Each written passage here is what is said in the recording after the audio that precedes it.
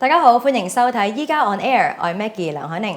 我哋今日好高興啦，邀請到兩位臨床腫瘤科專科醫生同我哋講解下生蛇同癌症嘅關係㗎。大家好，我係謝耀昌醫生。我係戴燕平醫生。兩位好，首先想問下兩位咧，其實生蛇同癌症患者有咩關係嘅咧？其實咧，生蛇同大家嘅距離係好近嘅。數據顯示咧，全港有超過90%嘅人咧，其實都已經帶有呢一隻病毒㗎啦。而每3個人當中咧，就有1個一生人會有生蛇嘅情況。所以咧，大部分嘅癌症病人咧，都係帶有病毒嘅。當身體虛弱嘅時候咧，就會引發生蛇㗎啦。冇錯，生蛇由水痘病毒引起，而水痘疫苗自從2013年1月1號起咧，就納入香港兒童免疫接種計劃。而 CDC 指引咧，亦都建議19歲或以上免疫力低下嘅人士，無論有冇生過蛇或者接種過水痘疫苗咧，都應該接種蛇針嘅。尤其係癌症本身，特別係血液嘅癌症啦，以及化療、標靶治療、放射治療，都會嚴重咁抑壓住患者嘅免疫系統。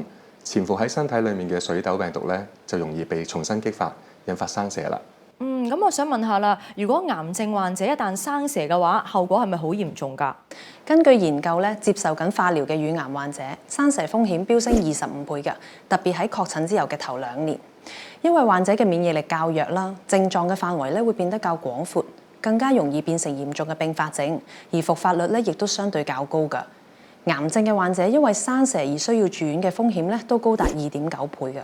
唔止㗎，如果生蛇生喺眼部、耳朵，甚至乎係面部神經線，更加有機會造成視力、聽力，甚至乎係面部神經麻痹等等嘅嚴重併發症，而令好多患者聽到都好驚嘅後遺神經痛咧，免疫力低下嘅癌症病人咧，患上嘅風險更加增加3.3倍，甚至乎可以持續數年或者係永久㗎。咁相反，生蛇會唔會增加患癌嘅風險嘅咧？有英國研究指出，曾經生蛇嘅成年人咧，隨後患癌嘅風險係比一般人高2倍幾嘅喎，而診斷時間中位數咧係815日。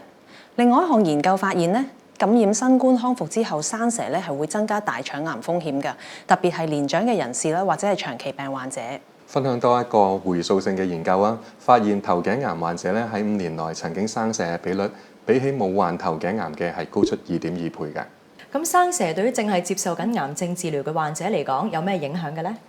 萬一生蛇咧喺急性感染期係必須暫停化療喎，咁可能會影響到癌症治療方案嘅效果，同埋咧使用抗病毒藥物咧會進一步增加患者嘅負擔嘅。除咗治療生蛇嘅抗病毒藥物之外咧，生蛇經常會引起劇烈嘅神經痛，需要額外嘅鎮痛藥物㗎。癌症患者因為免疫系統被削弱啦，生蛇嘅時候咧，病毒可能會更廣泛咁蔓延開去，導致到更嚴重嘅併發症㗎，例如後遺神經痛啦，或者係其他器官併發症。喺生理之外咧，心理都同樣受影響㗎喎。癌症患者需要承受患病同埋治療副作用嘅心理壓力，而壓力咧亦都被研究證實為生蛇風險因素之一，會進一步增加生蛇嘅風險㗎。如果喺治療緊癌症，仲要忍受生蛇嘅火燒劇痛，咁就等同於喺火上加油啦。咁我想問下咧，如果癌症患者想預防生蛇嘅話，可以點樣做咧？接種疫苗又得唔得嘅咧？除咗飲食均衡同埋恆常運動之外咧，對癌症病人嚟講，接種疫苗亦都係一個好好嘅預防方法，可以大幅咁減低生蛇同埋併發症嘅機會㗎。睇返美國 CDC 指引，係建議無論有冇出過水痘都可以接種生蛇疫苗嘅。喺香港接種到嘅生蛇疫苗咧，都係安全同埋有效㗎。美國 CDC 指引亦都有提及到，對於接受持續免疫抑制治療嘅患者，當免疫反應最穩定嘅時候接種就最適合啦。關鍵係為每一個患者進行評估。另外，美國臨床腫瘤學會 ASCO 指引建議19歲或以上癌症患者咧，就算生過蛇，亦都應該要接種生蛇疫苗，去預防下一次嘅生蛇同埋併發症。此外咧，亦都建議無論喺癌症治療開始前、期間或者之後咧，都可以接種非活性疫苗㗎。咁癌症患者如果已經生過蛇啦，仲有冇機會會復發嘅咧？生蛇係有機會復發，生完再生㗎。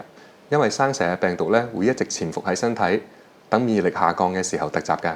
癌症患者嘅免疫反應咧可能弱啲㗎，所以更加要提早防禦，接種疫苗，加強患者對生蛇病毒嘅抗體。就算不幸感染，疫苗都可以減低感染同埋併發症嘅嚴重程度。